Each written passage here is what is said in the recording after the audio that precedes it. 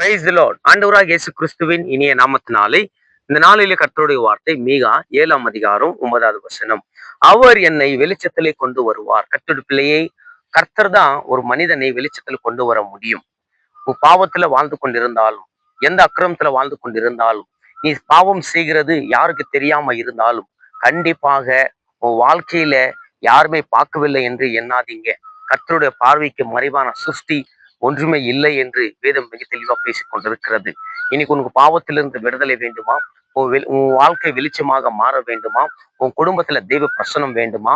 உன் அந்தகாரத்தின் வல்லமையிலிருந்து உனக்கு விடுதலை வேண்டும் என்றால் கர்த்தருக்கு இடம் கொடு, கர்த்தரை தேடு, ஜபத்துல உக்காரு, விசுவாசத்தோடு அவர் சபைக்கு நீ வந்து உக்காந்து பாரு, உன் வாழ்க்கை மாறும். தேவி பிள்ளையே, இன்னைக்கு நம்ம எப்படி வாழ்ந்து கொண்டிருக்கிறோம் என்றால், இன்பம் ஒரு நாள் இன்பத்துக்காக தேவனை விட்டு பாவத்துல மூழ்கி தேவனை துக்கப்படுத்துகிற காரியங்கள் நிறைய பேர் பண்ணி கொண்டிருக்கிறோம்.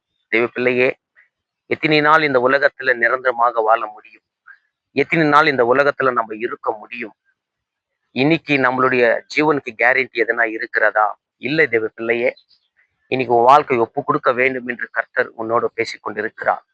உன் வாழ்க்கை அவ்வளவுதான் முடிந்து போகுது என்று நீ தான் சொல்லி கொண்டிருக்கிற. ஆனா கர்த்தர் உன்னை மாத்த அவர் விரும்புகிறார். இன்னைக்கு உன் வாழ்க்கை ஒப்பு கொடுக்கும் போது உன் தரித்திரம் மாறும். உன்கிட்ட இருக்கிற அந்த அந்தகாரத்தின் வல்லமைகள், கட்டுகள் எல்லாமே ஒடிக்கப்படும். இயேசுவின் நாமத்துக்கு அவர் ஒரு வல்லமை இருக்கிறது. தேவ பிள்ளையே, இன்னைக்கு வந்து விடு. கர்த்தர் உன்னை நேசிக்கிறார். உலக ஜனங்கள் நினைக்கலாம், நான் சபைக்கு போனா அவங்க என்ன நினைப்பாங்க, அவங்க என்ன நினைக்கிறது? நாங்க கர்த்தர் உங்களை நேசிக்கிறது உண்மை. நீங்க நல்லா இருக்கணும், உங்க குடும்பம் நல்லா இருக்கணும், உங்க பிள்ளைகள் நல்லா இருக்க வேண்டும் என்றால் கர்த்தர்கிட்ட வந்து விடு. கர்த்தர் உன்னை ஆசீர்வதிப்பார். ஒரு நிமிஷம் கண்களை மூடி நம்ம ஜெபிக்கலாம். மகா பரிசுத்தமும் கிருபையும் நிறைந்த நல்ல பிதாவே, ஆசீர்வதிக்கப்பட்ட அருமையான காலை நேரத்துல எங்களோடு பேசினதுக்காக கோடி நன்றி டாடி.